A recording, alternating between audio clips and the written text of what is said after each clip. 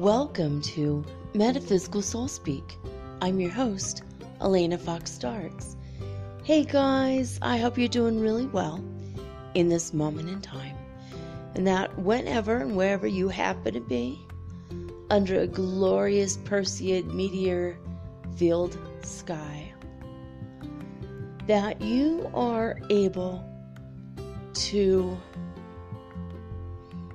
pay attention to the synchronicities and the coincidences that are all around you, that are signs from the universe to let you know that you are literally controlling your world.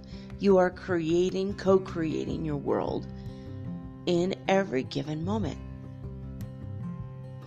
I don't know if you guys have ever read the book Illusions, Adventures of a Reluctant Messiah. It's one of my favorite books. It's one of the first spiritual books I ever read. It's a little novel written by Richard Bach, and his last name is spelled B-A-C-H. I don't know if he's any relation to Johannes Sebastian Bach. Maybe not. I don't know.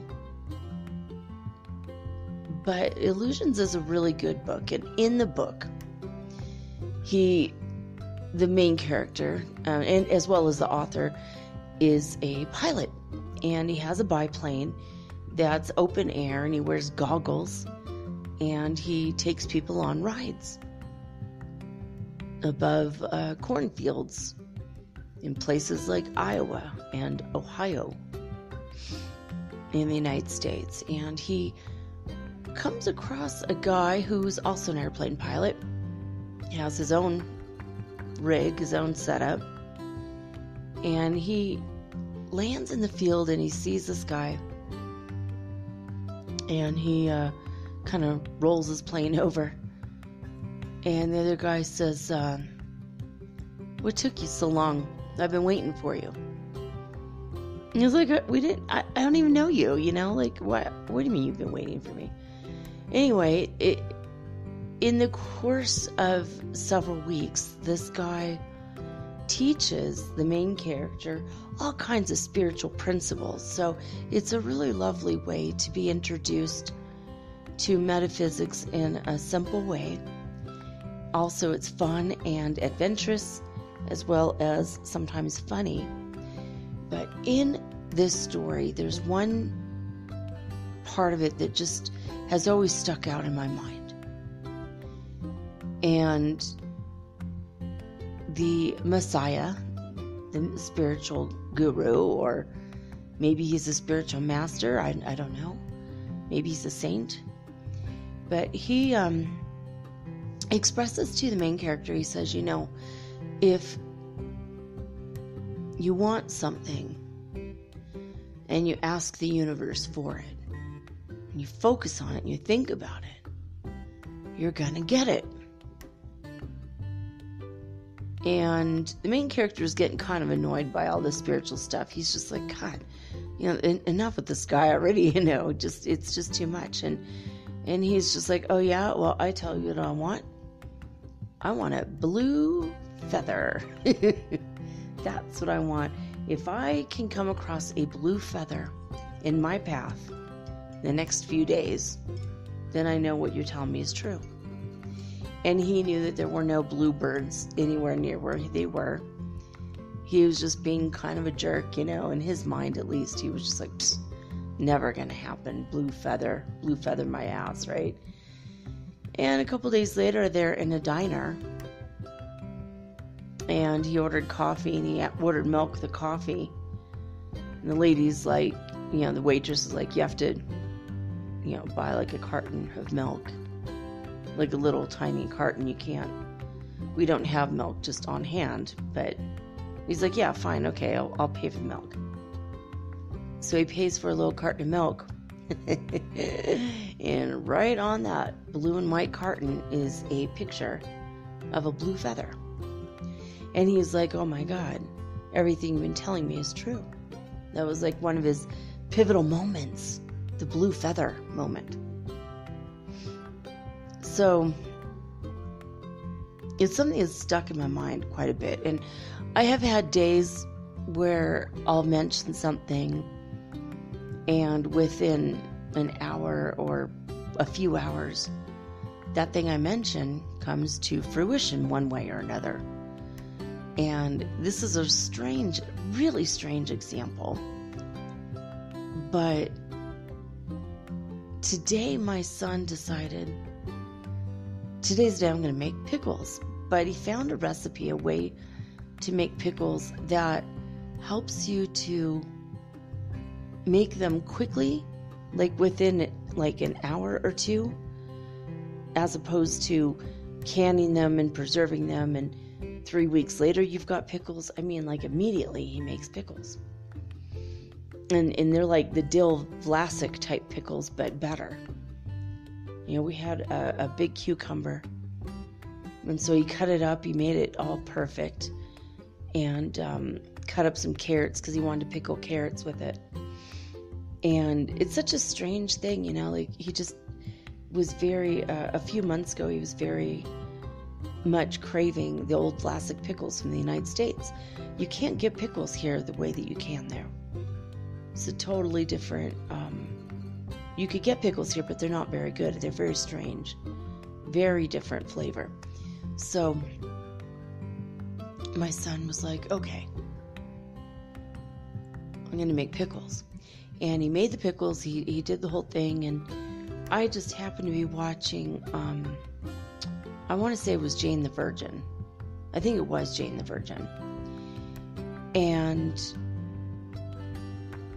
as soon as he was finished with the pickles and he had them in the pickle jar, and he was just pushing everything just under the surface of the briny water, the brine and vinegar water, and he had his hand wrapped around the jar. And one of the characters in the show I was watching said, well, that would go down like pickle juice. And I looked at him and he looked at me, and we were like, that is really, really strange. I mean, right at that moment when he was pushing the pickles under the pickle juice, that was like the weirdest thing. Well, it got weirder today because later we were watching Modern Family on Netflix, which we do sometimes. We'll eat dinner and put Modern Family on and have a couple laughs while we're eating, and then we'll usually pause it and talk for 20 minutes. But they said something about one of the characters said something about pickles. I think it was Gloria, the character Gloria, said something about pickles. And we just looked at each other again because he had just gotten the jar of pickles and brought it to the table, and we were sitting together eating pickles right when she said pickles again, second time. We're like, well, that's really weird. Twice in a matter of hours. Right when we were thinking about it, we were eating pickles. We were, he was making pickles, and then later we were eating them. And yet a third time today, I happened to come across an old clip of the comedian Joe DeVito on YouTube. And I just discovered this guy, and he's been around for a long time, I guess. The whole time I've been out of the States, apparently. And it's not lost on me, his initials are JD.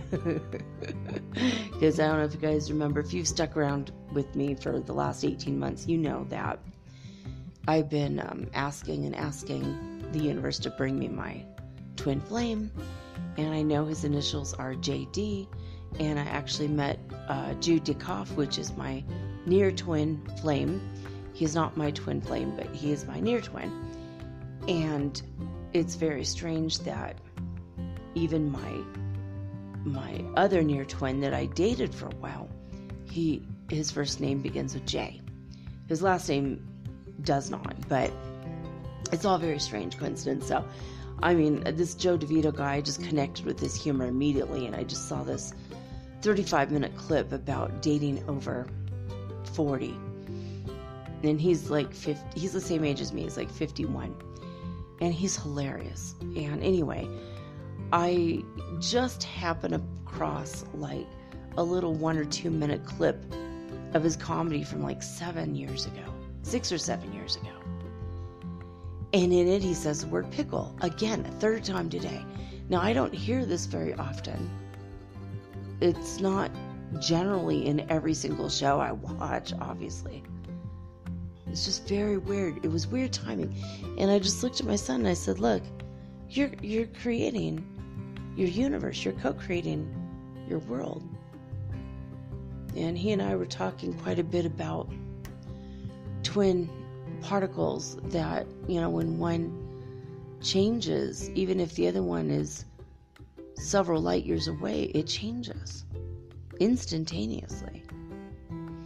Like the most powerful computer on the planet clocked how fast it takes for a twin particle to change when the initial particle is changed. And the scientists say that they think it's much faster than what this computer said, because even though it's the best computer on the planet right now, it still can't measure it as accurately as they would like. So we were talking about this. We're talking about how photons work and light, and we got really into this deep quantum physics type discussion.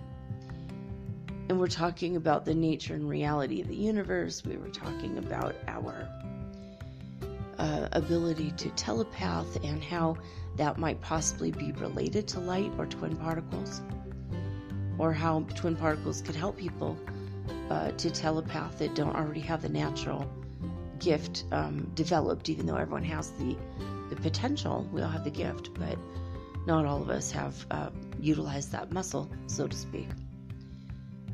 It can be developed in everybody, though. We all have the ability to telepath. But we were talking about this, and we were like really speculating about a whole bunch of different things. But I told him, you create your universe with your mind, with your thoughts.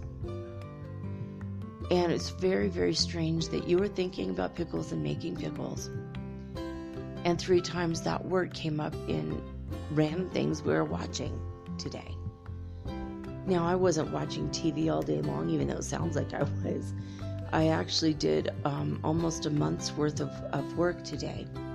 I'm exhausted. I woke up really early in the morning, and I've been working, I worked like 7 hours, 8 hours on, I worked quickly too, but I did a lot of assignments. I peer reviewed a lot of assignments from other people, and I watched a lot of videos. I took a ton of notes.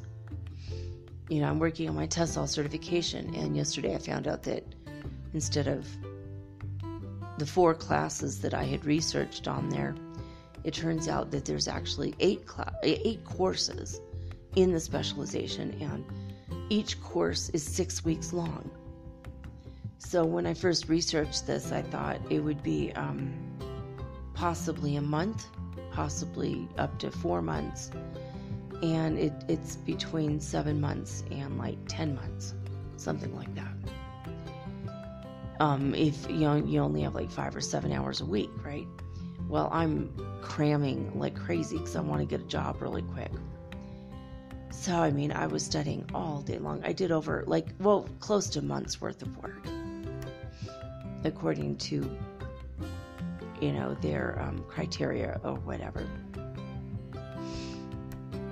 So, I mean, I was working all day long. And so I'm like, I'm going to take a break. I'm going to watch one episode of Jane the Virgin, and then I'll go back to it. So when it was like during that one break, and then I went back to work, and then I did some more research, and then we watched one episode of Modern Family, and then we had some downtime just hanging out. He was playing a video game, and I was watching just random things on YouTube for only like 20 minutes. So, I mean, I spent like 2 hours today watching things that weren't related to school. But during those 2 hours, 3 times word pickles came up. But I told him, I said, this is a weird coincidence. It's like proof, it's really evidence that you thought so hard about making pickles, and then you made them. You thought about them quite a bit. That intense amount of thinking you put into it literally attracted those things to him in the form of like the video clips or whatever where people mention pickles. And that was just a sign, it's just a sign. Like, look how powerful you are with your mind. You think about something, and there it is. And when I was scrolling through YouTube, and I haven't listened to it yet, but Sri and Kira, basically Kira Ross, she put up some, what looks like a very powerful, it's almost an hour-long episode of their show, which is kind of a show on YouTube, and they were talking about instantaneous manifestation. Now I'd like to check that out, because I don't know if she means holding out your hands and getting the loaves and fishes. I mean, that's the kind of instant manifestation I'm looking for. And I've been really powerfully communicating with God about it. Like, I want to learn this now. If I need to grow a pile of money with my mind to pay the rent, I mean, and if I learn, then you guys will know, because I will probably make a class about it and show you how to do it. I'd like to be a human replicator and instantaneously create whatever it is I want, whatever at that moment, which usually is a piece of red licorice. It's just a simple thing. Usually the simple things that I want.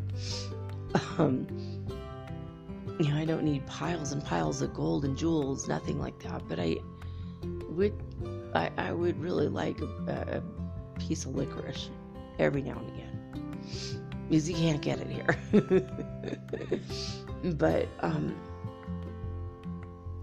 I've been thinking about it a lot, and then reading the Pleiadian last night, that wiped me out. Like, another thing, Sri and Kira were saying, they were talking about right now is the time for spiritual upliftment or spiritual fatigue, and everybody is going through, either one of these, right?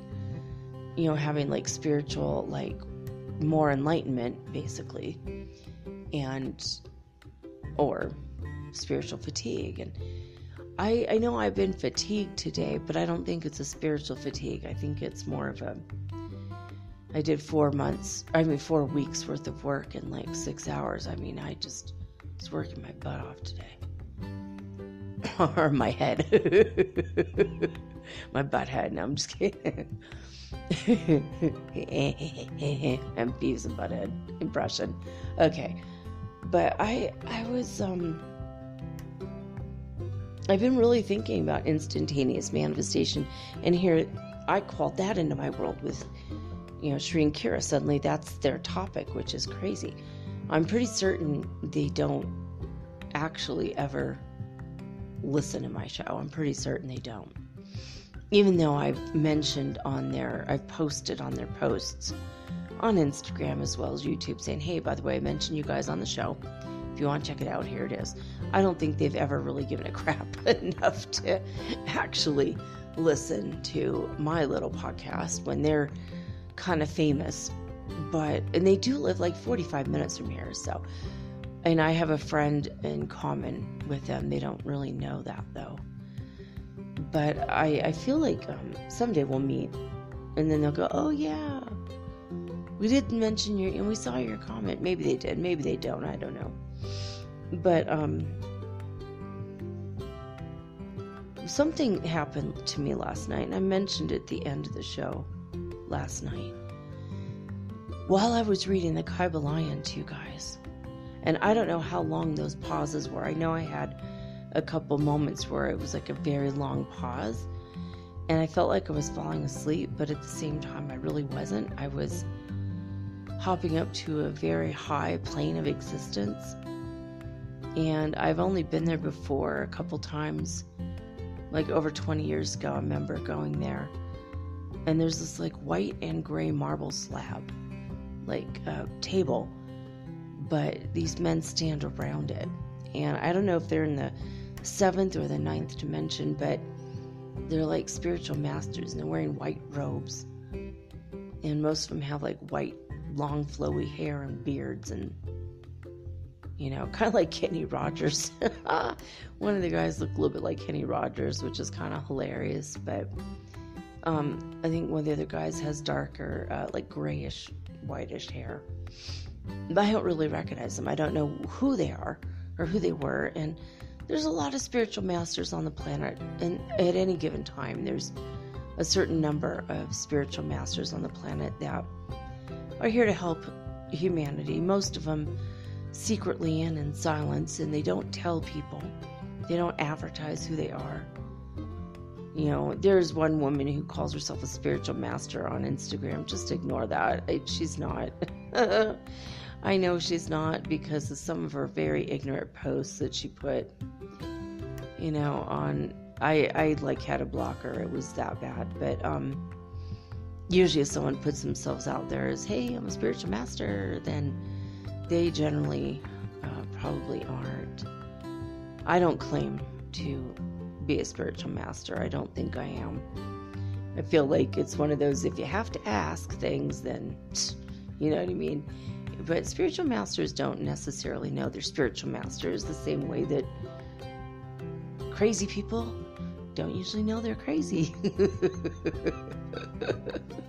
And by the way, that's something Kira Ross said today on her show. She said, I did watch it for like 5 minutes. I didn't watch the whole hour, but it was live and I caught it the last like 5 minutes. So I just was like, all right, fine, I'll watch the rest of this later. But she did say, we're here to let you know that, yeah, you are actually experiencing this profound moment right now. No, you are not crazy. Yes, thousands and thousands and thousands of people around the world are experiencing the same thing that you are experiencing right now, right? And what you have been for the past 2, 3, 4 years, right? Or longer for some of us, right? But, yeah, this weird thing happened to me, and I was reading to you guys, and while I was reading to you guys, I went up and read the original Pleiadian. These masters of light were standing around, and they wanted to help me understand what the Pleiadian is. And today I was talking to God about it again, and God's like, well, you know, that book really is a portal. I'm reading a portal to you guys every Monday. Oh my God, don't listen to the Pleiadian and drive at the same time, just in case. I'm literally reading to you guys a portal. I mean, I left and I went up to these guys, and I was speaking to you guys at the same time. I was up there having conversations with these guys, and I was reading the Pleiadian, and they were explaining it to me. I can't tell you what happened during those explanations. I don't remember them. Sometimes when you leave your body and you go through a spiritual portal and you go learn from higher vibrational beings, you're not allowed to consciously remember what happened. You might remember that happened, but you don't remember what the conversations were. sometimes you're not allowed to remember exactly what took place, and you might have 10 amazing insights, and you come here and you're like, oh man, I don't remember a single one, damn it. I mean, when I died one time, I went up to heaven and I was brought before the goddess, this beautiful golden throne, and she was so bright like the sun I couldn't even see her. And she said, I want you to ask me anything. I'm going to give you all the answers to anything you want to ask. And I'm like, awesome. And I asked for the unified field theory mathematical equation. That was what I wanted to know. And she's like, oh, that's easy. And she waved her arm and a whiteboard appeared. And on the whiteboard was the equation. And I was like, yes. Oh, I'm going to bring this back to earth. Oh man, I'm going to be rich. And I'm going to help people. I'm going to help the scientists. This is the formula they've been looking for. And it's not nearly as big of an equation as what they thought. And when I got back here after my near-death experience, all I could remember was the right half of the equation, which is equals 1. Unified field theory. We all know it equals 1. It's the one equation that connects everything to everything else. So obviously it equals 1. Unified, that's implied. 1. I was so frustrated with that. I was like, oh man. Just like sand grasped in the palm of my hand, I had it. I had that answer, that big answer to an even bigger question. And I couldn't remember it. And sometimes we're not allowed to remember. This is why most of us don't remember our past lives unless we ask and ask and ask and ask and ask, ask and ask, ask and ask and ask. You think that's annoying? Boy, I ask God every single day, every single night. I would wake up in the morning and ask God. It took me weeks before I had my first dream about a past life. And then I never stopped asking after that. And since then, I've remembered over 20 of my past lives. And since then, I've met several people from most of those past lives. And I've started to put things together because I kept asking. You know, ask and you shall receive. Knock and the door shall be opened unto you. That's what they say, right? I think that's in the Bible, right? Is that what Jesus said, maybe? Maybe. Ask and the door shall be opened unto you. There was a famous painting that hung in our church when I was a little kid. And I was raised Christian. I'm not Christian now, but it was a picture of Jesus standing just outside the door. And he was knocking on the door, and the door was already open. And it said that, ask, and the door shall be opened unto you. And, you know, seek and ye shall find, right? Basically. And, I mean, I stared at that for so many hours. Just, there's something to this beyond what the verse of the Bible is and beyond what the actual painting is. There's some secrets. There's secrets in that painting, and I didn't know exactly what the secrets were, but I knew there was some deep, hidden, occult, esoteric message there that I was going to understand as an adult. So I stared and stared and stared at it as a kid, burning that image into my mind, you know. I mean, there's something about Jesus's robes touching the ground but not being dirty. There was something about the angle which his arm was knocking on the door. I mean, there's some hidden stuff I didn't know what I didn't know yet. But I knew someday I'll figure it out, right? In fact, I'd love to see that painting now. It's like I might be able to pick out a lot of hidden symbols that I couldn't before. But that's just how it is, right? You know, you think about something and you bring it about. What you think about, you bring about. That's what they say. What you think about, you bring about. If your mind can conceive it, you can achieve it. If you can conceive it and then believe it, you will achieve it. Yeah, I've heard that both ways. It is what it is, you know? It's just, we are co-creators of this universe, of our own world, or our own miniverse. We are multidimensional beings in a multiverse. And once you start realizing this, and once you start understanding on different levels, I mean, it just blows my mind how many levels I understand that on now, and how many lifetimes I am aware of living at any given moment. And it's not every day, all the time, but in those moments when I'm quiet and I start to think about it, and then all of a sudden I start to realize where I'm living and with who and what's happening around me. I mean, I've been aware of like 4 or 5 lives at once that I'm living right now. On different planets, in different dimensions, on different timelines. I mean, it's this stuff is trippy as hell, man. But yeah, the Kabbalion guys, it's a portal, and it's a portal to a higher dimension where you will learn more esoteric principles than what the book itself says.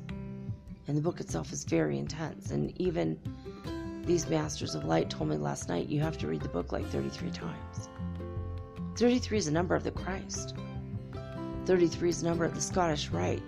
32 degree Mason. I'm sure you've heard of 32nd degree Mason. My own father was a 32nd degree Mason. And he told me Scottish Rite, that's for special people. You know, kings and princes and presidents. It's not for mere mortals like you or I, he said. But it is the number of the Christ. I do know this. I mean, is there any wonder, any wonder at all, that Walt Disney had his 33 Club? It's a hidden occult club right in the middle of Disneyland. And in order to join it, there's like a 2 to 4 year waiting list. And once you get on the waiting list, you have to pay like $15,000. I don't know if that's once or per year, but it's like $15,000 just for the privilege of being invited when you're at Disneyland to dine in a special dining room where they serve alcohol and they serve all kinds of things, probably Cuban cigars. I don't know. I've never been a part of that. But it's a 33 Club. And I remember seeing the plaque on the wall when I was there, just off of that Bourbon Street in the New Orleans section of Disneyland. It said 33. I think it's Bourbon Street. Maybe it's not called that. I don't know. But it's what it's supposed to be, you know, Louisiana. New Orleans. But I was thinking about this coincidences thing and the synchronicities thing and the instant manifestation of things, and especially when it comes to co-creating your world. So I want you guys to pay attention this coming week. Coincidences, so and synchronicities, and I've been thinking, what's the difference between the two? I think a synchronicity has something to do with timing. It's a coincidence that's immediately apparent in timing. And a coincidence might be a little bit delayed, possibly. But they're pretty much the same thing. But I also like how synchronicity is timing. Like if you really, really need, I don't know, something, and the person who can provide that something for you happens to run into you that day. And you haven't seen them for months, and now it's perfect timing because they have a service that they could provide to you, and you need that service immediately. Boom. Whoa. Can't believe it. Been looking for a studio And the person I know who has a studio, I lost their number and then just ran into him. What a coincidence. Perfect timing. What a synchronicity. You know, I think they're kind of the same thing, but I think synchronicity might be a little bit more synchronous. It might just be right. Like when my son had his hand on the pickle juice. I mean, it was pickles with pickle juice in it. And he had his hand on the jar. It has a handle. It looks like like you're going to drink it. Like it looks like a big mug. It's got a way to put a lid on top. I mean, and right when he put his hand on it, they said that'll go down like pickle juice. I think it was on Jane the Virgin. It was like hilarious. It was like, wait, what? That's so strange. Nice timing. And my son, for days, he's had these kinds of timing, but today with the pickles, I was a little bit more intense. Like, whoa.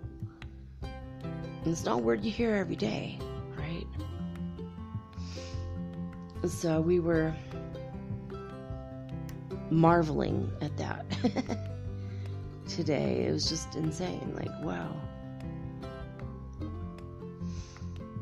So, I don't know, guys. I mean, this is what I've been really contemplating, you know, in my moments I wasn't contemplating the university classes today. It was just, it's funny that I went through that portal before when I read this book. And I don't remember reading the end of the book. I don't at all. But I'm pretty sure I did. Even if I didn't understand it, I felt like somehow it's good for me. And then last night when I left, I went to that portal and I spoke to the same exact people. The same masters that were there before. And it's like, I was kind of weirded out and disoriented at the end of the show. Was I not? Like, I was just like, whoa, it's so strange. I love it. I mean, I want to go back. Now I'm going to read it consciously and be like, yeah, I think I'm going to hop on up there, talk to these guys about some instant manifestation. I'm ready to learn how. I know there's a very easy and practical way. It's just a higher science. There's a metaphysics to it. It's a higher science. Like, it's not just a metaphor that Jesus fed the people with loaves and fishes. He literally did that. You know, I know he did. And I know that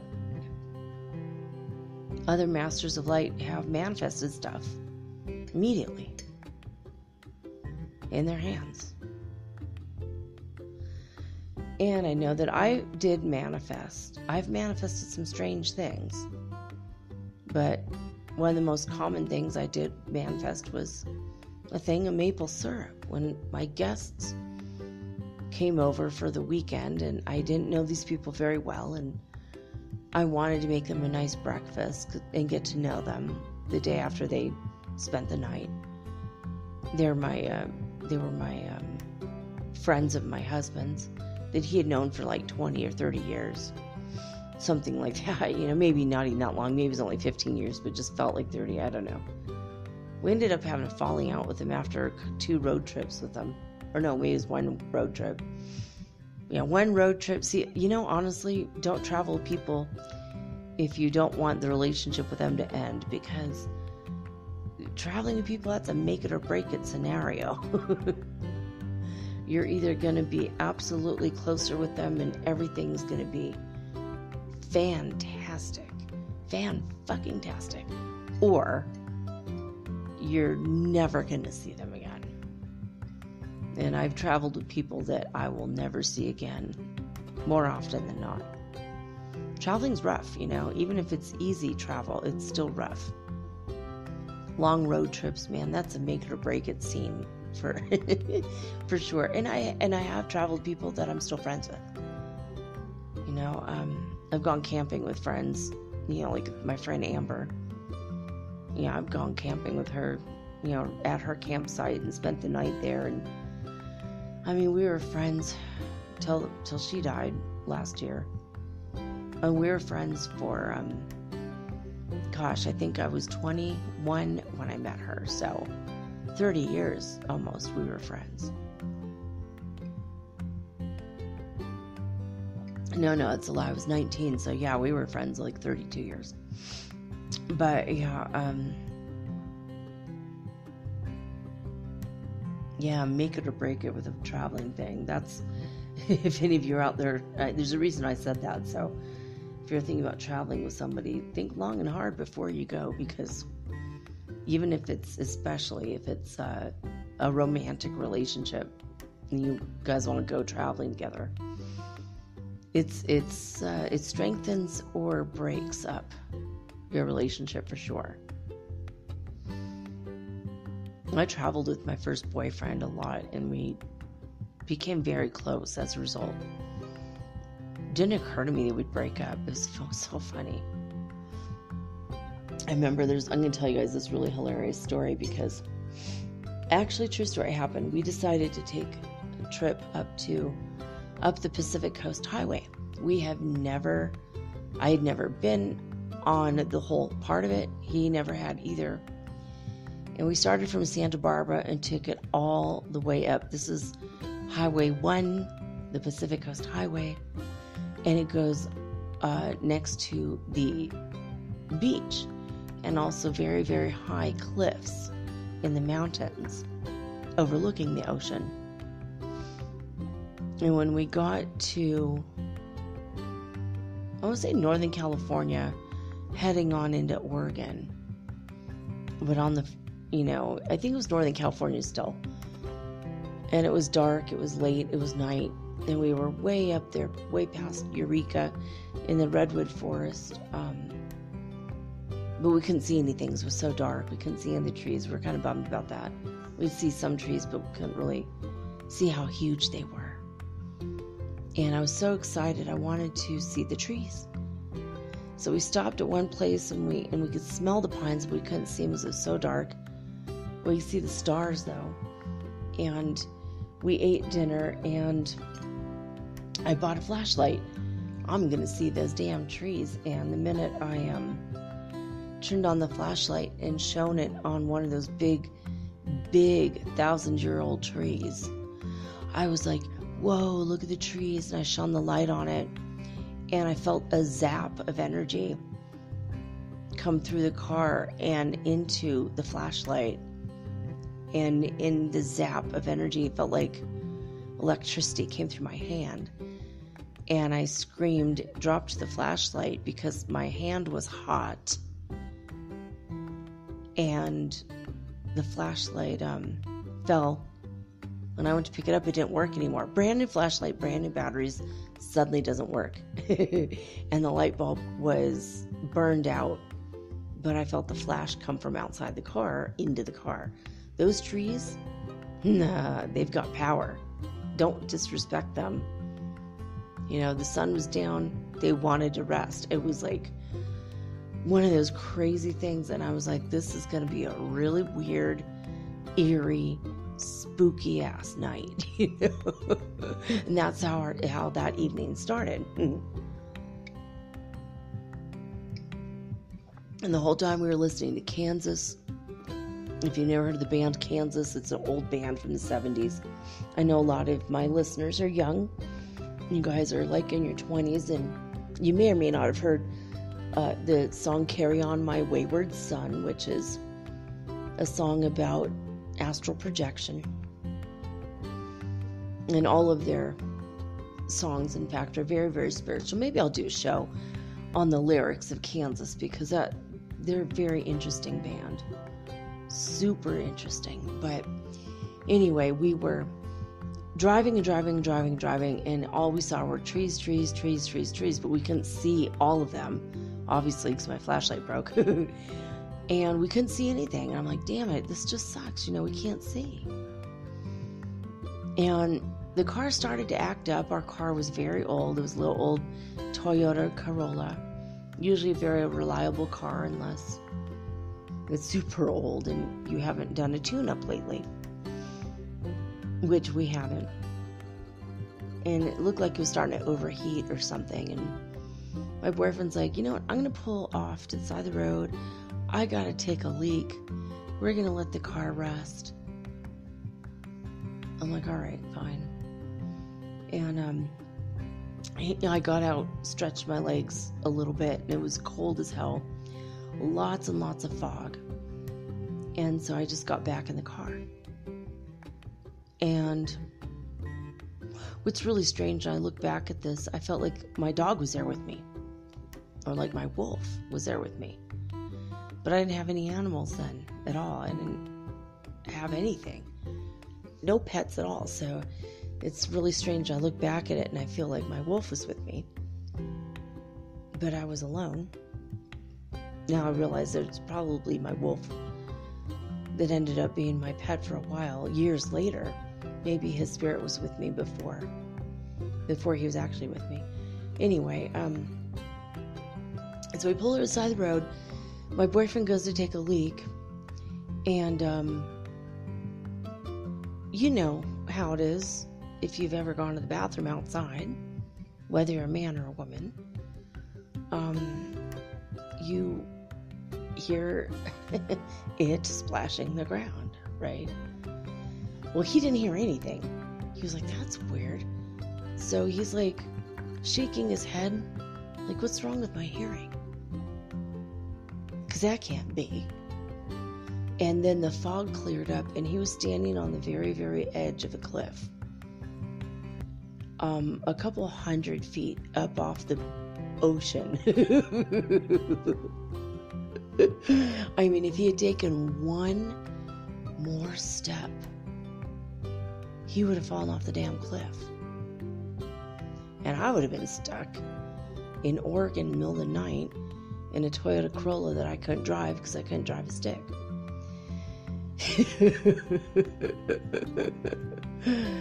But I mean, oh my God. We didn't know that we were that close to the ocean because we couldn't see anything. It was so dark. And, you know, the tree killed my flashlight. So there was that. And then so he gets back in the car, and then now the car won't start. And I'm thinking, it's the trees again. They just don't want us there. We're disturbing the peace. We're being rude in their forest. The tree people, the tree folk, they don't want us there. You know, I'm like, we better get the hell out of here. You know, let's just go. And I told the spirits of the forest, I said, I'm sorry for disturbing your peace, and we're going to go. Just let us go, you know. And the car won't turn over. We're like, oh my God. He's like, you have no idea how close this car, if this car rolls backwards like 2 feet, we're going to go off the damn cliff. I'm like, are you effing kidding me right now?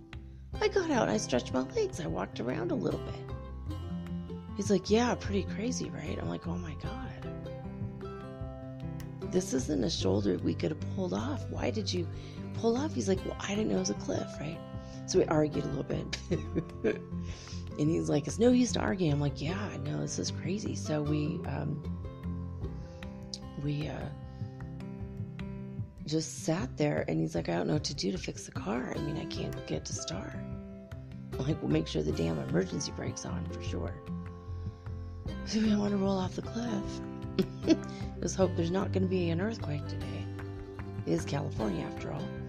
And then I just put energy. I didn't do Reiki yet. Didn't know anything about Reiki yet. I didn't know I had, I was going to have that ability, but I did. I put my hand to the car. I just said, car, I need you to start. And I put energy from my hands, from my body, because obviously I didn't have Reiki yet, into the car. And I asked God, please help the car to start. And I prayed for it. And the car started. He's like, how the hell did you do that? I'm like, I don't know. But I have faith. I started the car.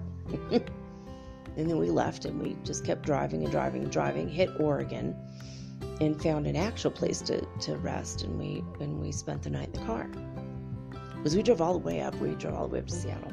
It took us days. It was like, oh my God, it was so long.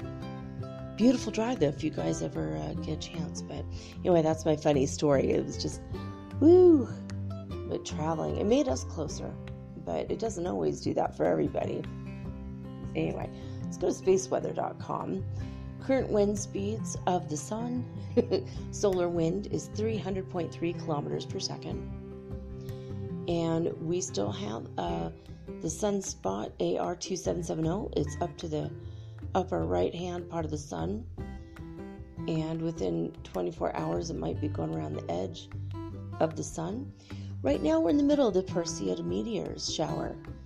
This is annual, comes from the comet Swift-Tuttle, and up to 100 meteors per hour.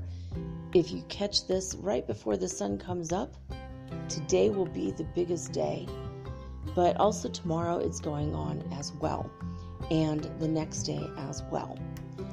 Now, let's see, the neutron counts in the sky coming out of Finland, from what they can gather, is very high. Lots of radiation, which explains a lot of my tiredness today. 10.2% of the space age average today. That's pretty huge. So there's a beautiful picture of the sun and the sunspot and the magnetic loops coming off of it. If you would like to get solar flare alerts, there is a way for spaceweather.com to text you. It's right on their website. There's a picture of the sun, and the information for that is right below that picture of the sun. According to NASA's All-Sky Fireball Network and NASA's All-Sky cameras that are in only 14 states in the United States, get this, guys, they caught 129 fireballs on camera today. 129. That is 70 sporadics, and 59 were from the Perseids. So that's pretty cool, right? All right. The disclosurenews.it website is saying that it's not very much going on over there. The Schumann Resonance has been 13, followed by a spike at 16, and that's it.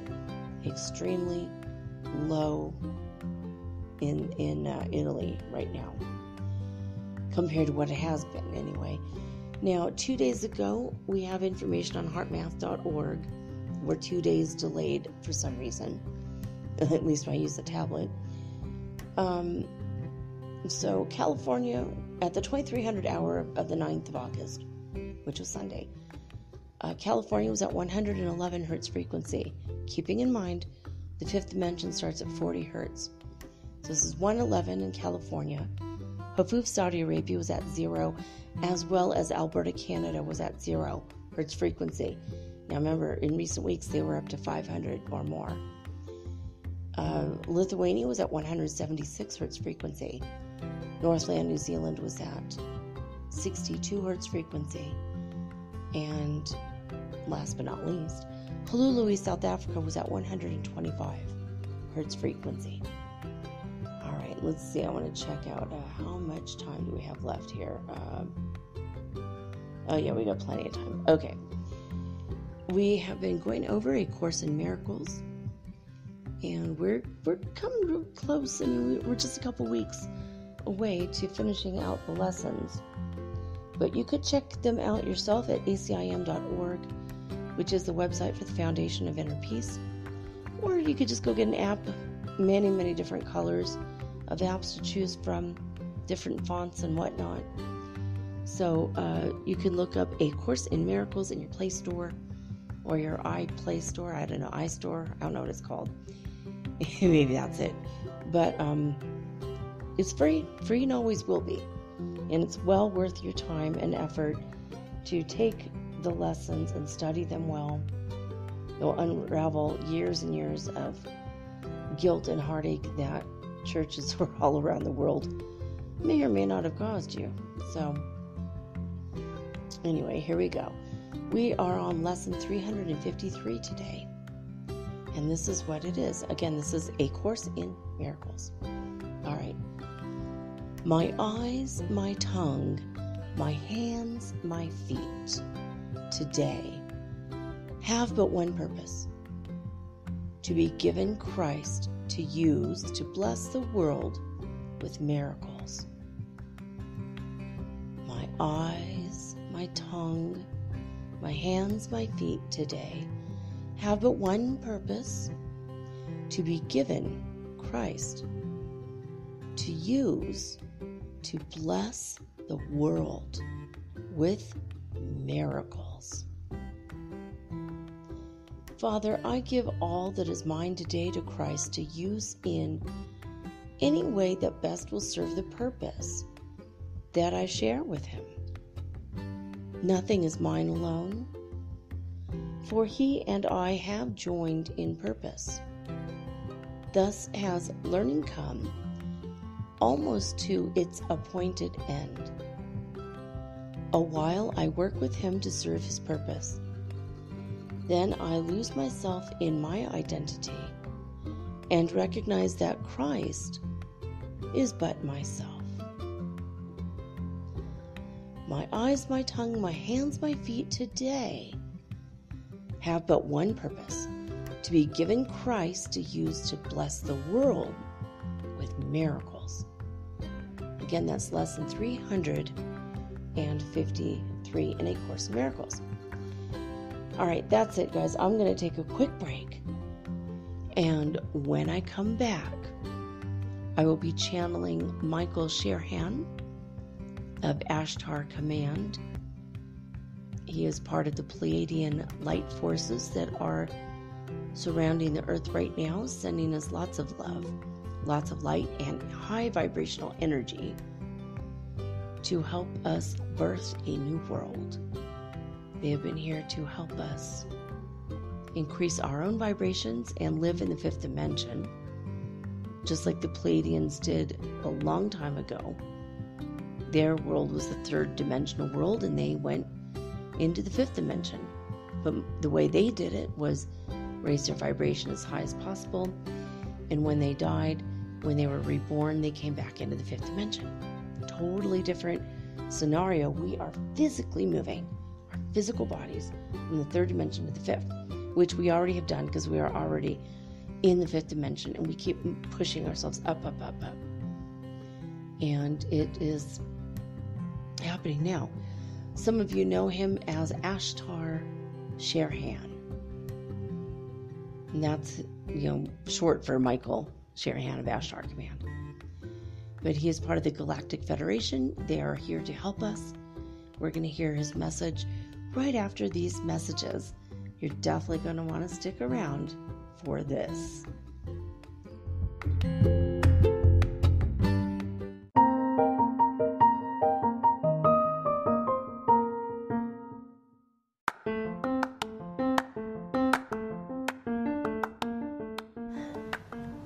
If you haven't heard about Anchor, it's high time you did. It is the absolute easiest way to make a podcast. First of all, it's absolutely free. Second of all, they have creation tools that allow you to record and edit your podcast right from your phone or your computer. You guys have known that I've been doing this for 8 months using the Anchor.fm app right on my cell phone, and I have done it everywhere, right? I have recorded this in my living room, my bedroom, little cafes in Quito, Ecuador, all over Cuenca. It's so absolutely easy to make your podcast, and editing is just a snap. Anchor also will distribute your podcast for you, and it took me about 2.5 months to become syndicated, and now I'm available on Spotify, Apple Podcast, and many more, and so can you. You can make money from your podcast also, and there's no minimum requirement. You get paid from your very first listener. It is everything that you need to make a podcast all in one place. So please, if you are interested in making a podcast of your very own, do not hesitate to start with Anchor. Download the free Anchor app or go to anchor.fm to get started today.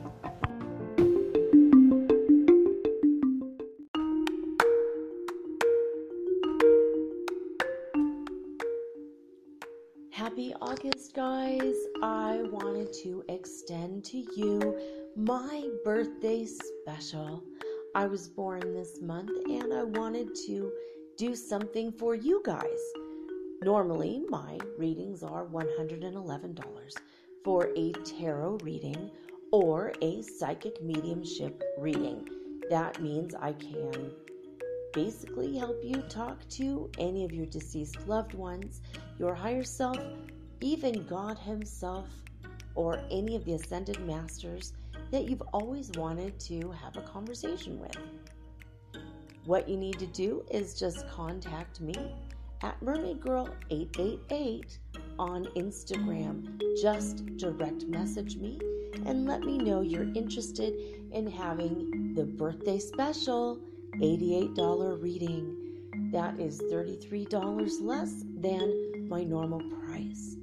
And as always, my cloud readings are also available at $33. So there you have it. Happy August. I look forward to hearing from you.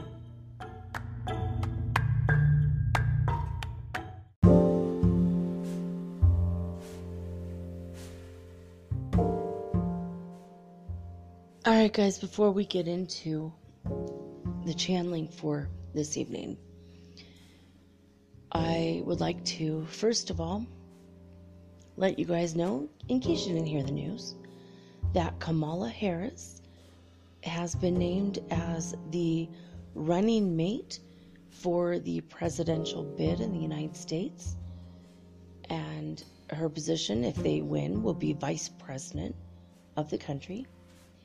And this is the first time in American history that a woman of color has ever been basically in this position, ever, named as a potential vice president. I'm pretty sure they're going to win, and I'm pretty sure this is going to happen. And I'm actually pretty happy about it. I like her quite a bit. I wish she was one running for president. I don't like Joe Biden so much. He's better than Trump, but I can't vote for a potential pedophile, and it just doesn't sit right with me. Kamala Harris, though, I have a feeling she's a good person all the way around and not a kid sniffer like Creepy Joe. So I do hope they win, because I think it will be better for my country, even though I don't live there. And it's a good thing in this moment that I don't live there, because I did eat tacos with my son. He made soft tacos. I guess technically burritos. We called them tacos, but they're burritos. And it had been like years since we had this. But my son chopped up a bunch of red onions, purple onions, and we ate them. So far, so good. I think they might be local here in Ecuador from a local farmer.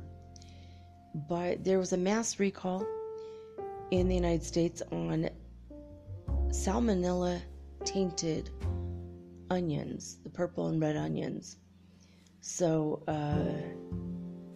if you have them, either take them back to the grocery store and get your money back, or just throw them out. Don't eat them. Don't eat them at all. Not even if they're cooked, because if they have salmonella in them, it can hurt you. It can kill you if you have a weak immune system, or it's a particularly nasty strain of salmonella. And if you have that in your fridge, just throw it away. Throw it away right now before we get into the channeling tonight. I really wanted to announce that, because I just feel like maybe not everyone has heard this. And Thompson International is a distributor for like 30 different brands of onions internationally. So even if you're in Europe, you got to check and see if the salmonella has reached over there. In New York City, they've only had a few cases, but it's throughout the whole United States. So I want to mention that. Okay, now that that's out of the way, I am not a direct channel. I don't allow anyone to take over my body. I guess I'm too much of a control freak. Maybe not, but Virgo, it just gives me the willies to think about someone else inhabiting this body. But I telepath. I telepathically channel my spirits, or Michael Sherhan is alive and well. He's in the 5th dimension, and tonight he is telepathing with me. Sometimes he projects himself to me. I'll feel him in the room with me. Sometimes I'll feel him touch my hand, but I don't see him with my eyes. Sometimes I will feel him give me energy. Last time I channeled him, last month, he sat behind me while I telepathed with him. He had astral projected to me and was giving me energy in my spine. And today he said he's just going to stay on the ship and just be kind of consciously aware of telepathing with me. So it's a little bit different than how we did it last time. But I'm an indirect channel, and that's how it works, basically. It's just... I'm hearing a high-pitched sound, and I don't know if you all can hear it. It might be in my house. Okay, I can close my ear, and it's not my ear. I'm like, as soon as I said I was getting ready to channel, this high-pitched sound happened in my house. Very odd. Okay. Also, I mentioned yesterday that I have a sty in my eye. I woke up with it, and it's already a lot better because I rubbed a tomato, cut open a tomato and rubbed that on the outside of my eyelid, and it's already half as big as it was a couple hours ago. So if you have a sty, or you ever do, just remember to rub a little bit of tomato juice on it. It's, just directly from a fresh cut tomato. Alright, yeah, the sound has stopped in my house. Michael, is that you doing that? He says, no, I don't know what that was. Also, my son has been seeing a lot of UFOs, so maybe Michael can shed some light as to who it is we have been seeing in the skies. Alright, so I'm going to take a couple deep breaths, and here we go.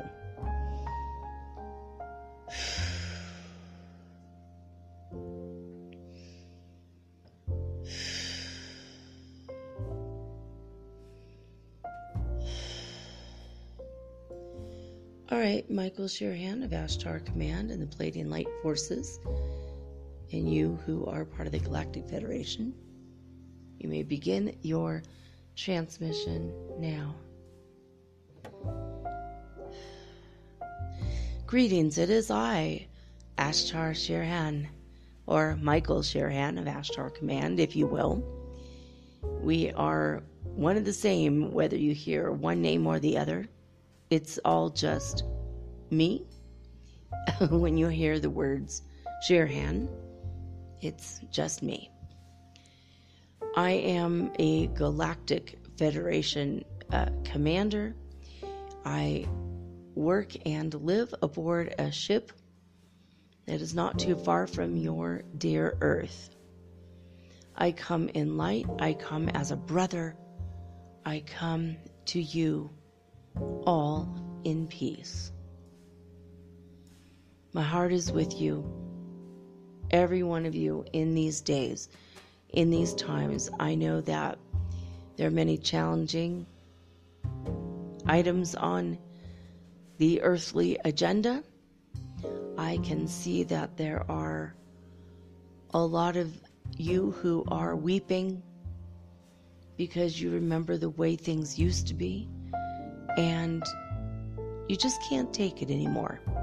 You're having a hard time coping, as they say. Well, we are sending energetic relief to all of you. You should be feeling a lot better in the next 2 to 3 days. We have already started a protocol in which we are giving you very high vibrational energy, and we are sending white light and a pale blue light energy to you. These energies are both calming and miraculous. These two energy rays of light can heal you in ways that you don't normally think about healing. They affect your subtle energy bodies, and they will bring closure to issues that have been open and unable to close. And it will also bring closure to any holes you might have in your auras. It will activate your chakras in a gentle yet meaningful way. And it will also bring you calmness and a sense of peace.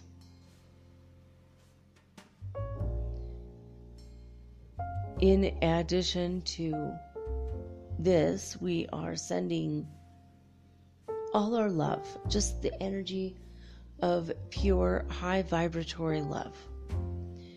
We do consider you as sisters and brothers to our own alien race. I suppose you consider us aliens, but we do consider that we're most likely genetically long-range cousins. It's been a lot of years since our peoples hung out together and communed together and held ceremony and prayer time together. It has been quite a while since we have had direct contact and interaction.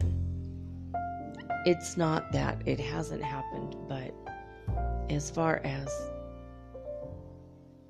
this current timeline and time frame, if you will, and this current, basically to us current is the past 50 to 100 years. In this current time, we haven't had a whole lot of contact with humans physically, but we have contacted a lot of people who can channel our messages. We give each channeler a piece of the greater puzzle. And we figure if you're extremely interested in our message, you'll go out of your way to seek us out in other places as well. And when you do, you'll notice that the message is slightly different, and you'll notice that the channelers and the quality of the person channeling is different. Every person has their own bias that brings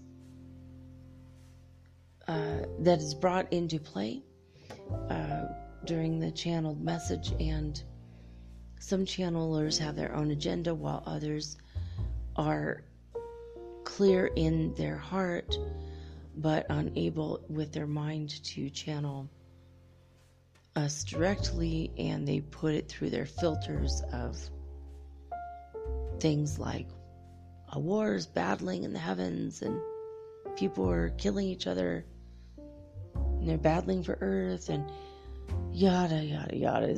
I'm saying this is me, Elena, saying yada yada yada. He's not saying this. He's saying it on and on it goes. So we're asking that you listen with a discerning ear. Look at the evidence of who we are through the channels that you trust and you know. Just understand that we are always doing our complete and total and level best to bring you the quality information. And if a channeler muddies the waters, we don't channel through them too often, if at all, again. Okay, so now he's like kind of, I feel like he's on the ship and I see him kind of shifting around a little bit, like he's doing a little bit of stretches, contemplating what else he's going to say. Michael, anything else? Yes, we are near to you. In fact, very near. We want to make ground contact, but we're not quite there yet. we are still making visual contact to those of you who bother to look up and believe that we're there, and you'll see us if you believe we're there. If someone looks up and they don't believe in UFOs, they're not going to see not only us, but anyone else who might be above your earth in a ship. Okay, he's saying a lot of you have seen the giant cloud formations that are in the shape of what you consider to be a UFO or spacecraft. And while we can neither... Are you really saying that? He says it's tongue-in-cheek, but I'm saying we can neither confirm nor deny what it is that you're seeing, because when we mention this phenomenon to you, every one of you will have a different picture in your mind's eye. So we can't address every single picture. Some of them are just clouds, and some of them really are a cloaked ship. But we do want you to know that there are other people working with the Pleiadians on the positive side of history, basically. And it's just weird. I heard, if you heard the coffee pot made a sound, and then right that moment something else, I think outside and also upstairs, made a sound. So very strange. Sometimes I think when I'm concentrating, I actually do that with my mind. So usually it doesn't freak me out, although earlier it happened again. And it kind of freaked my son and I both out. Okay, go ahead, Michael. I'm sorry, I lost the train and lost that train of thought there for a minute. So where were we? He's like, oh yes, let me think about it a little bit. I think I don't know what you're talking about. I just completely lost it, so. Oh yes, I remember now, he says. The cloaked ships that look like huge round motherships, those are not Pleiadian, but rather most likely belonging to the Andromedan Council. They have several different shapes of ships, from rectangular to sometimes squarish, but mostly the round ones. You're saying, yeah, mostly the big round ones. So many of you seen their ships over Mount Shasta, for example. And all around the world, these have been showing up. These crazy looking cloud formations. And a lot of times it's just the Arcturians. And sometimes they want to get close and they send, they're beaming energetic beams or energetic pillars of light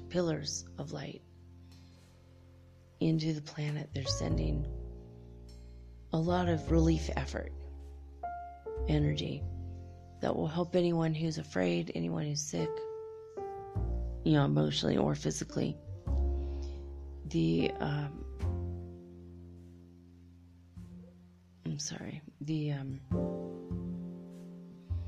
Now I'm having block all of a sudden. Okay, here we go. Arcturians. So he's saying the Arcturians are also part of the Galactic Federation, and they do work closely with us. They vibrate at a higher level than us, and we communicate to them through... He's like, basically we're in the fifth dimension, but we're higher up in the fifth dimension, and we have ways to communicate with our ship, with theirs, and we can hear them. Even though sometimes if they're in the room with us, we can see them, and sometimes they phase in and out because they're so high vibration. It's hard for them to hold a solid state in this dimension. So he's saying, in fact, you're going to come across aliens that you'll feel them like they're there, but you're not going to see them. Most often you'll just feel our sense of presence in your room, but it won't really be scary that, they're not there and then 1 second later they're standing there and you can physically see them. So in a way, it's a good thing. I think it's a good introduction to the energies that are available to you as far as helping. The Arcturian Council are very deeply spiritual, and they're here to help us, help all of you, as well as help the Pleiadians, because we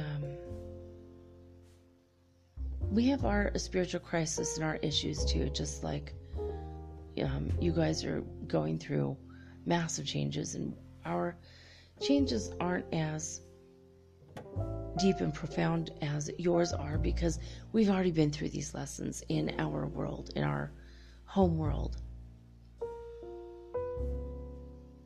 So, okay. He says, who do the Pleiadians turn to for counsel? The Arcturians or Arcturians. So we wanted to get that out of the way, as far as if you'd seen the cloud pictures recently and you had the question in your mind, that yes, most of those are of ET origin and will be pretty much there to help. He's saying just help humanity, basically. So there you have it with that.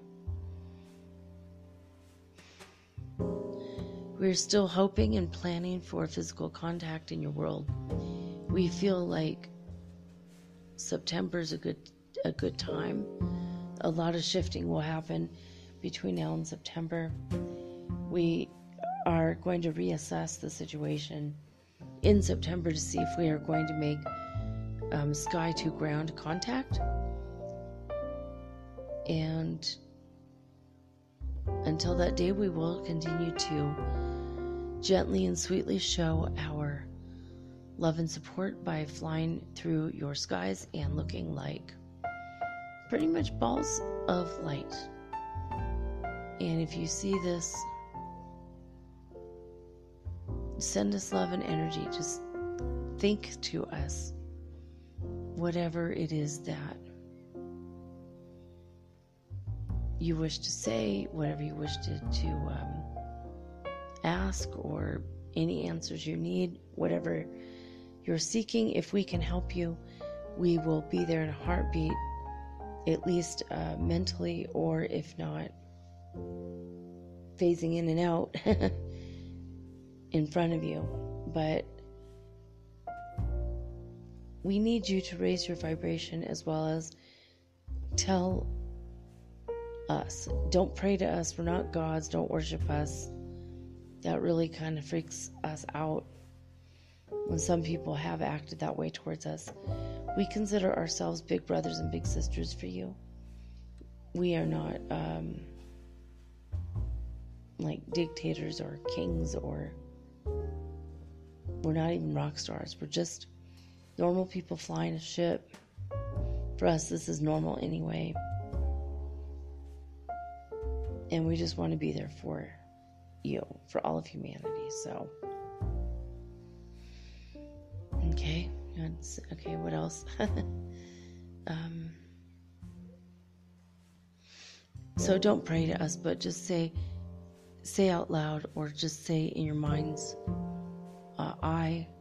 you could send the words to us, something along the lines of Ashtar Sherhan, or Pleiadians, or Masters of Light. You pick one of these and say, hey, I need instruction, I need a spiritual ascension partner, or I believe in you and I want you to be on the planet with us soon. The more people say this, the more we understand that's something that is very much needed. I mean, many of you are so ready for this, and you can't believe other people aren't. So we're going to have to ask you to exercise more patience, because we're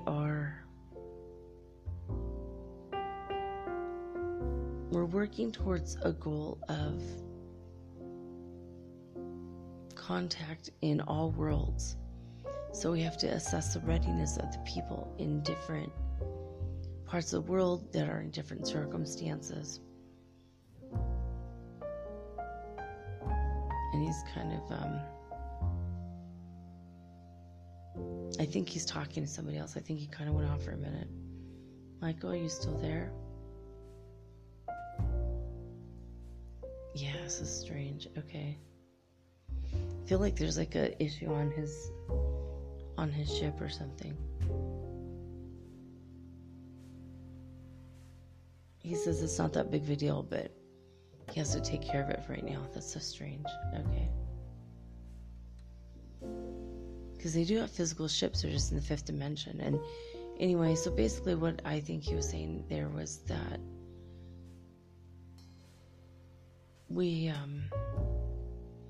he's basically saying that they care for us and we have to let them know, but don't pray to them, don't worship them, just say, hey, Pleiadians, you say it out loud or in your mind's eye. And when you imagine you're getting the messages, visualize them, understanding and hearing and getting the messages. Don't worry, they will get it. They will absolutely get it. You don't even have to send it by owl. Don't you wish we all had owl and carrier pigeons? I know I do. Like on Harry Potter. So,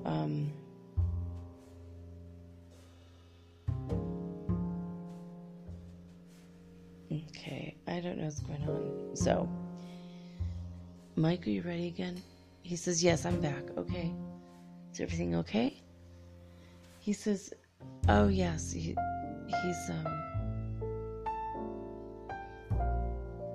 I heard the word engineering room, and now he's saying, I'm going to just spare you the details. Let's just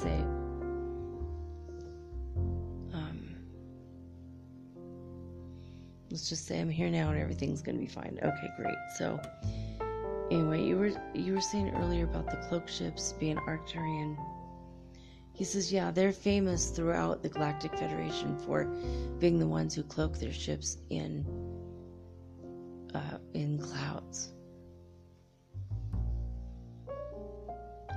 And he's referring me to when I took some pictures. I think they're still up on Instagram. They're definitely up on Facebook of the square rectangular cutouts in the sky. And when I took pictures of it, later when I got the pictures developed, I didn't get them developed. What the hell am I saying? Like, I'm starting to get into a deeper trance, so I'm like, phew, okay, sorry, I didn't get the pictures developed. I didn't get them developed, though.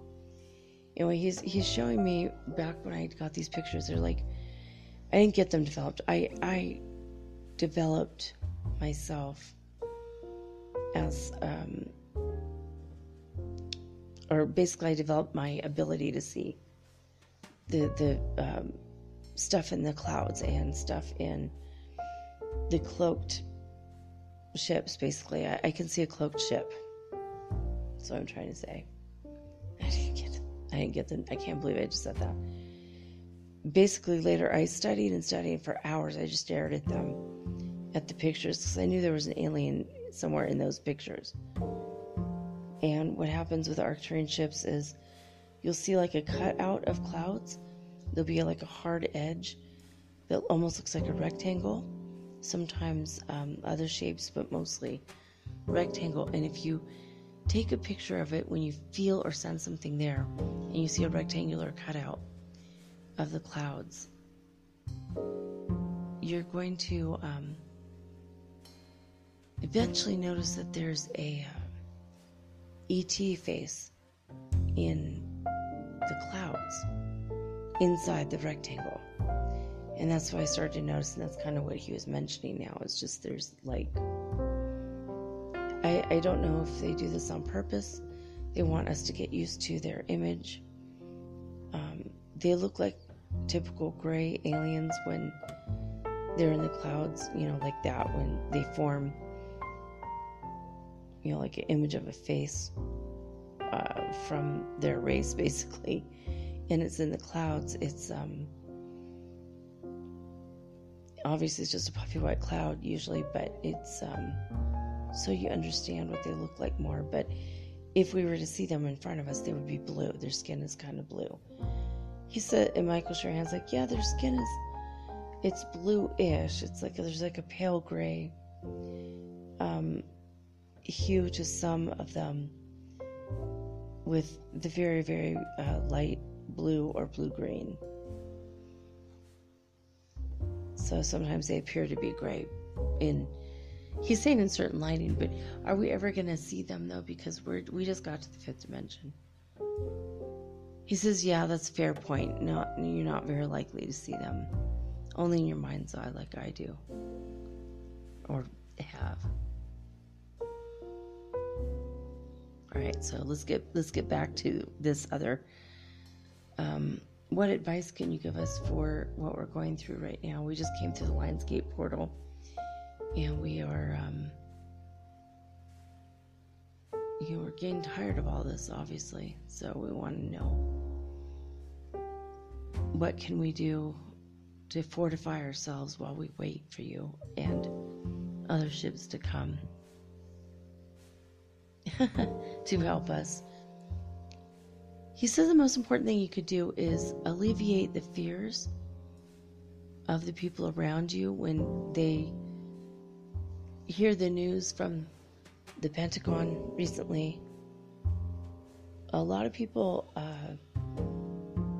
were not feeling too good about that. They were a little afraid. They were feeling anxious over it. And while we feel like there's not going to be a situation where people are going to call for war against us or something like this, which would be silly because we could stop all their weapons anyway, we're not, we don't want to put ourselves in a position to feel, we don't want to say the word wrath, okay, but we don't want to put you in a position where a lot of people are going to panic, they're going to freak out, they're going to lower their own vibration with their own fear. So we're still waiting for enough of you. And most of you have already kind of let your intentions be known that, yeah, you want to meet your spiritual brothers and sisters. Yeah, you've heard of the Native American prophecies where we will come back and interact with you once more.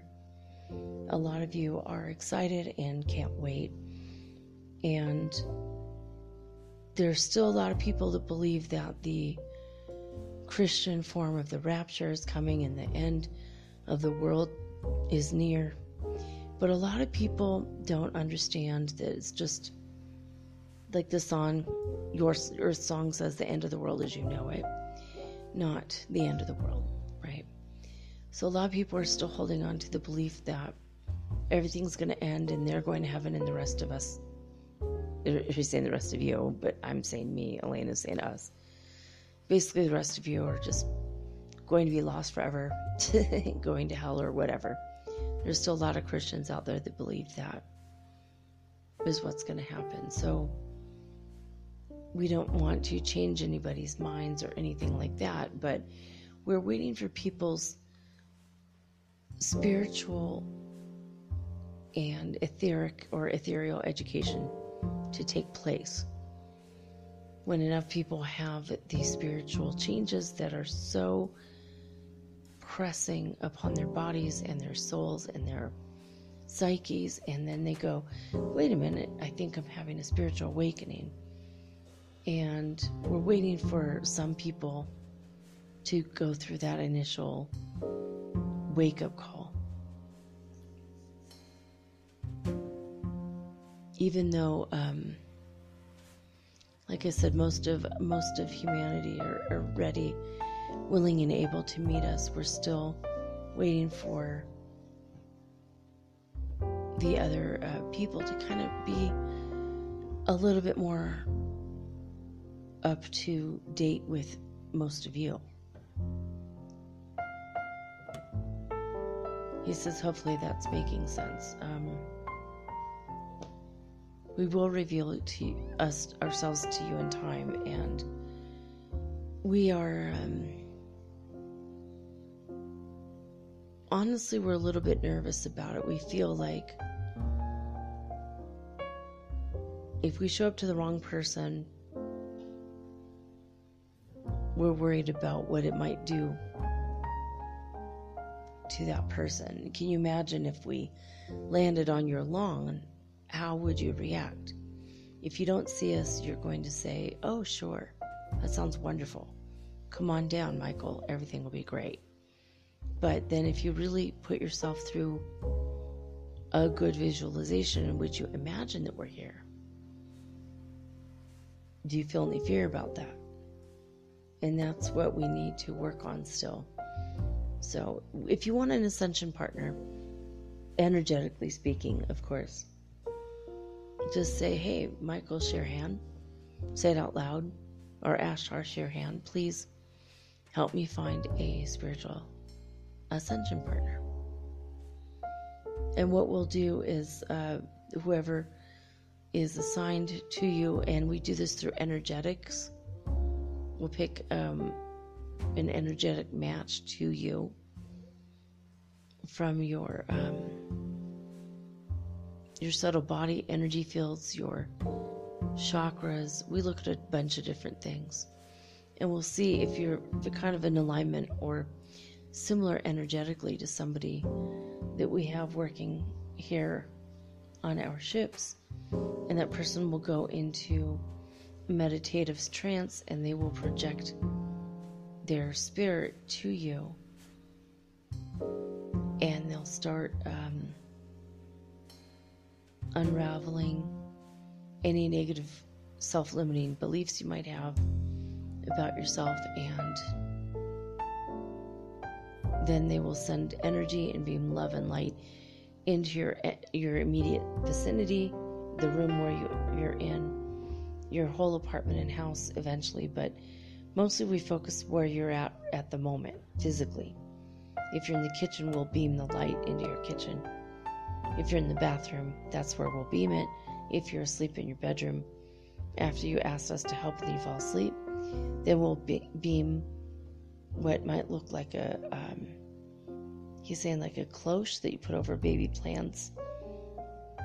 It'll be like kind of a shape like that around you, and kind of like a bell shape, and it will surround you with love and light and calm energy. But a lot of you, or most of you, won't see it because it's energy, but you'll feel it. You'll start to feel better, even if you're not sensitive to energy and you ask us for help or for an ascension partner. This is what's going to be like at first. You'll feel the warmth in your body. You'll feel, some of you might feel a little bit disoriented and dazed just for a couple seconds, and then everything's going to be fine. Okay, so he says when we send this energy, it's shaped almost like a dome or a cloche around you, and you feel this liquid warm light, and then you might feel tingly, and you might have moments where you're very cold. And if it gets to be too intense, we ask that you splash water on your face and either fall asleep or just take a quick walk around your house. Because if the energies get to be too intense, you have to let us know.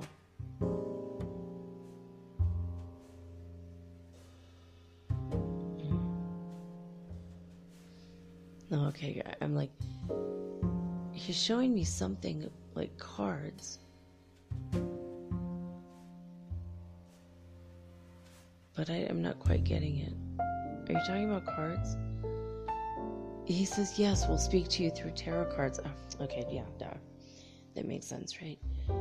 So, I'm hearing something outside. There's like people out. I'm not going to open my window or door to check it out, but there's like people yelling or something. I don't know. It sounds like people, I saw the reflection of my phone in the window. I freaked out for a second. I'm like, oh my God, the rat's on my door. Maybe it's people working. It sounds like men in trucks. Sometimes they repair the roads here at night, just like they do anywhere in the world. So they don't block traffic in the daytime when people go to work or whatever. Even though we're still in a crisis here and still have very limited businesses open. But anyway, I'm sorry, that kind of freaked me out for a minute. Now Michael said, are you there? Yeah, we've been both a little bit distracted. Okay. Yeah, I'm here. He just projected himself. He's standing right next to me. Well, that's really cool. Well, I feel him very strong and powerful. He's very tall. My God. He's very, very tall. Usually I'm sitting down when I channel, and I just got up. I wanted to shut my curtain a little bit because I wanted to make sure that no one can see in the house. I don't know. Because I heard the people out there talking, and I don't know what that is. They're like yelling, but anyway, all right, Michael. He says, I want to give you guys a little meditation before I go. Looks like we have about 10 minutes left, he says, according to his chronological device. He's like laughing because he just showed me, he has like a ball. It looks like a crystal ball, but it's like formed with light. And that's how he tells time, but it looks completely different from our clocks or watches. And he's showing me that there's it's like a round white ball, but inside there's like blue, green, red, purple. There's like little teeny tiny bits of, almost looks like an atom, but it's about an inch and a half across. And he says, I don't want to say 3D because I'm in the 5th dimension. Now he's laughing. He's like, it's like, kind of like a marble, like 3 or 4 times bigger than your biggest marble. He's showing me, it's like smaller than a plum, about the size of a lime. And he holds it in his hand, and he could tell the time and what all of his appointments are inside this ball. It's like the way that they keep track of time, and their schedule is with this. And so he's like, yeah, he's like looking at this, like that's how he could tell. Even though he could probably see my device if he concentrated hard enough. But okay, so he's standing right next to me. All right. He says, I'm going to stand behind you. So I'm like turning around. Okay, stand behind me. Ooh, I'm getting a lot of rush of hot energy. Very, very high vibrational energy is starting to pour through me, hopefully. He says, yes, this is going to not only activate you, it's going to activate others. So yay, you guys. This is for DNA upgrade and also for assessment of your body when you are feeling stressed out. Okay, so he's saying to take a deep breath.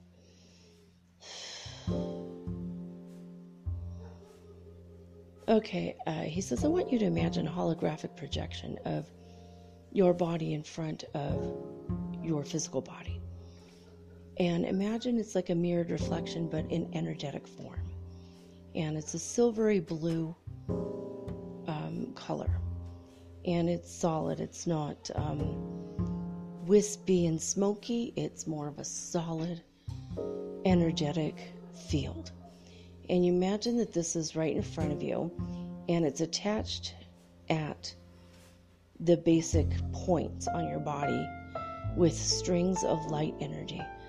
So imagine this is right in front of you, and there's strings between your ankles and feet towards the ankles and feet of this holographic projection. Same thing with your knees and your hips, and at your heart line, as well as your shoulders and your hips and your, I think we already said hips, elbows and hands, neck, and the top of your head and your ears, your eyes, your throat, and then all of your chakras. Then you imagine the other 5 chakras, the one that's one below holding you to the earth, and you are connected not between the holographic projection and yourself with lines, but rather a ball of light in the center of the earth that you are both being projected out of. So if you can imagine that now your body and your holographic projection body are 2 projections coming up from the earth and protected by Mother Earth Gaia, the spirit of your planet. We call her Terra, he says. So the spirit of Terra is protecting you. That's Terra. He says, okay, now imagine that you're connected with this holographic point. In this way, it makes it easier for you to close your eyes and scan with your third eye the points in that body. Remember that you are connected on the 4 chakras above your head. The first one's 8 inches above, more or less, and above that 16 inches, and then 20, and then 24 inches above your head, if you want to look at it that way. But for some of you, it's expanded out because you have them activated. So one might be up to 60 feet above your head. If you were going to go by measurements in the United States, we see that most of you listening are probably from the United States.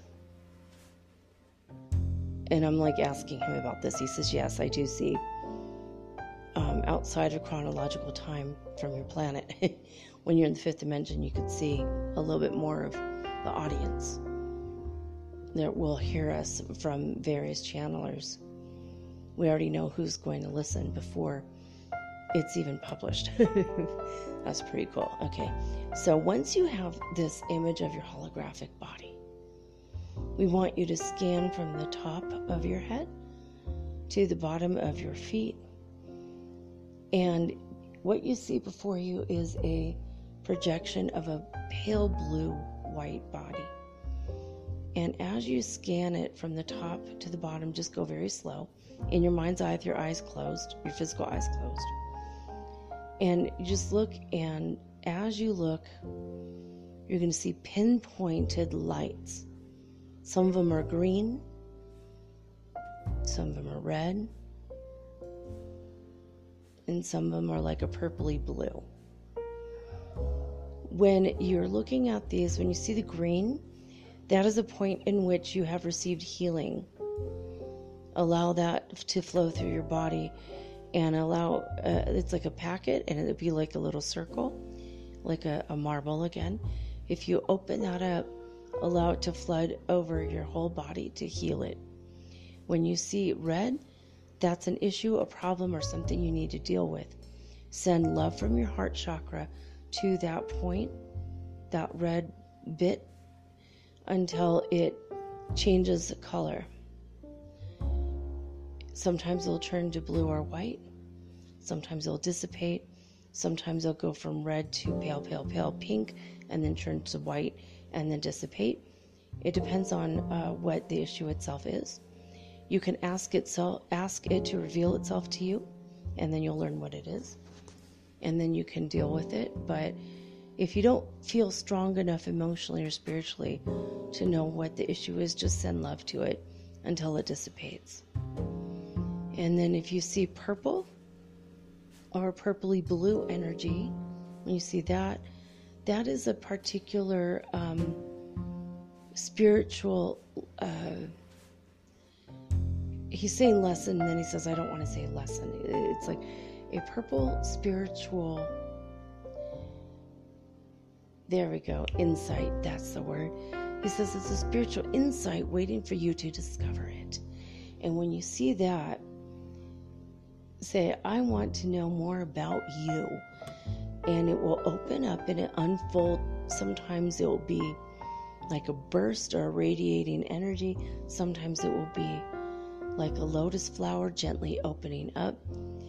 depending on the form of the insight and where it is in your body. Remember, you're looking at the holographic projection of your body, and it is in the exact mirrored position.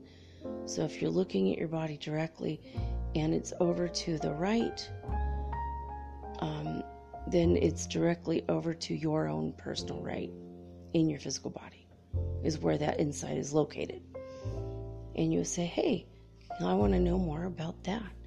Usually it's related to the chakra, and that way it'll be related to the issues that come up from that chakra. So, all right, so I'm seeing one, guys, and I'm seeing a purple one kind of over my liver.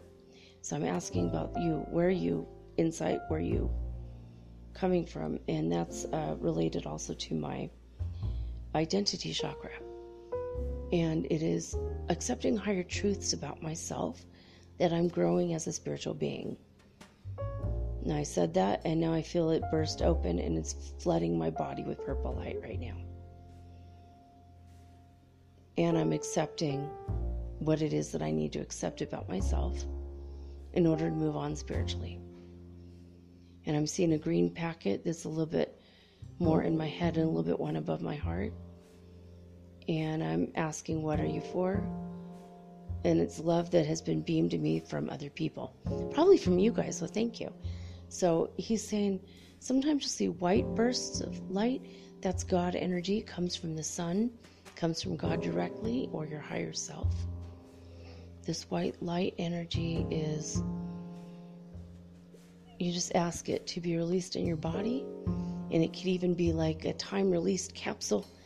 Some of you take pills that have a time release, and it could be like that, where it will just give you a flood of physical energy.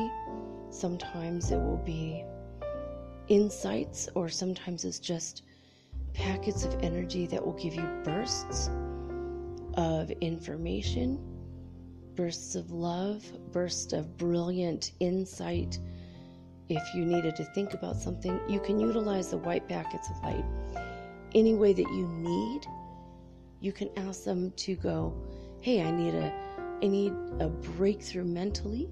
Please go to my mind, and you will get it there. Or you say, I need physical energy right now.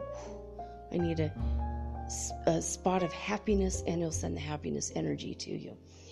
So you might find more colors, and it might look different for you or feel different for you. But this is we call it a scan, a Pleiadian scan.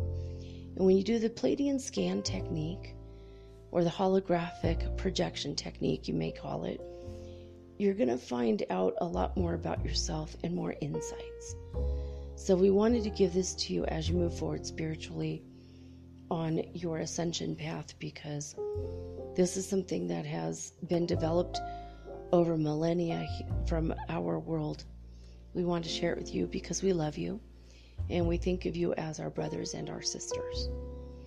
And we feel a unity with you. We feel that you are our family.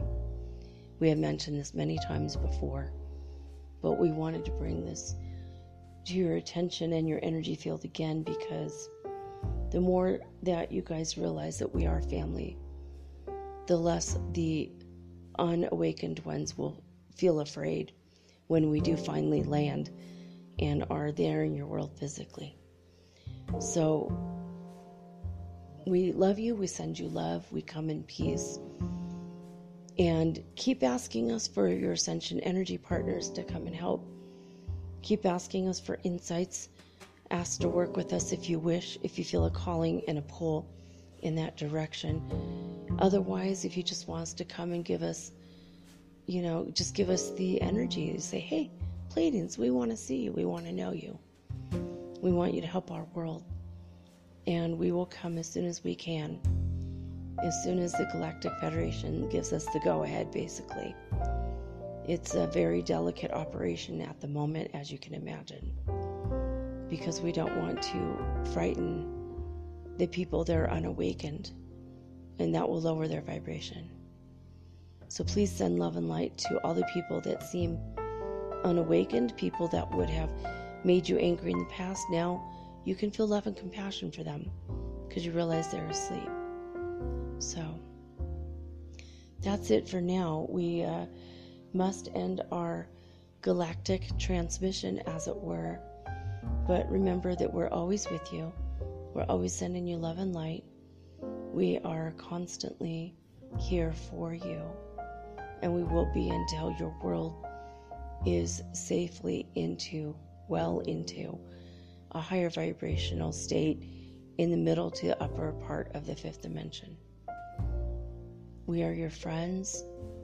I am Ashtar Sherhan, and I am now ending the transmission. And he's kind of bowing to me and saying namaste. Okay.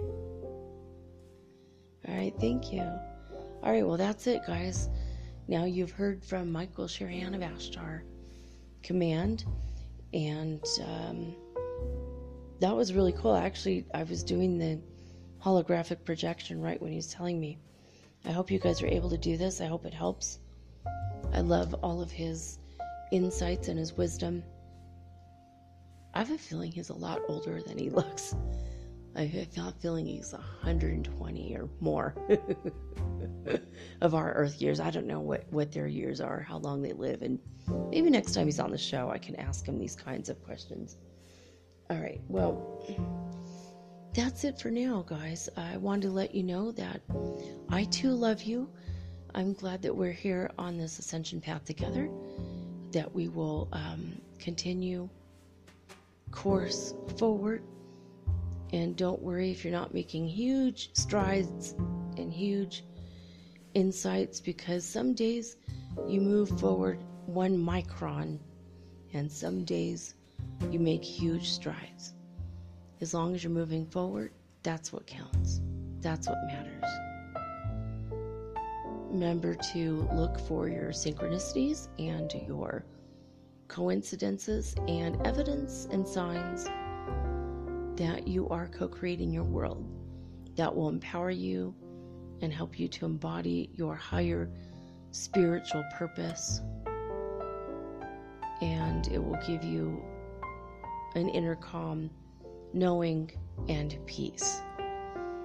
So I'll be back tomorrow with all unique and original programming, just like always. And I don't know what tomorrow's going to be. We'll see when we see what it's going to be. But, well, there you have it. One more episode of Metaphysical Soul Speak, the podcast.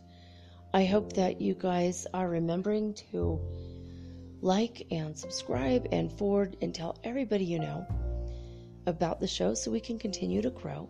I have noticed evidence that we are growing, so thank you so much. For those of you who have told your Facebook groups and your YouTube followers and your Twitter followers and your people on Instagram, I wanted to thank you for your shout outs. It's been helping, and I look forward to more. If you wish to DM me, you may do so at mermaidgirl888 on Instagram. That's the easiest way right now. And, well, that's it. Guys, I love you very much. Thank you so much for being here. And again, like I said, for your continued faith and confidence in the show. But that's it for now. I'm signing off with peace and joy and the high vibes of the Holy Fifth Dimension. Till next time, guys. Peace.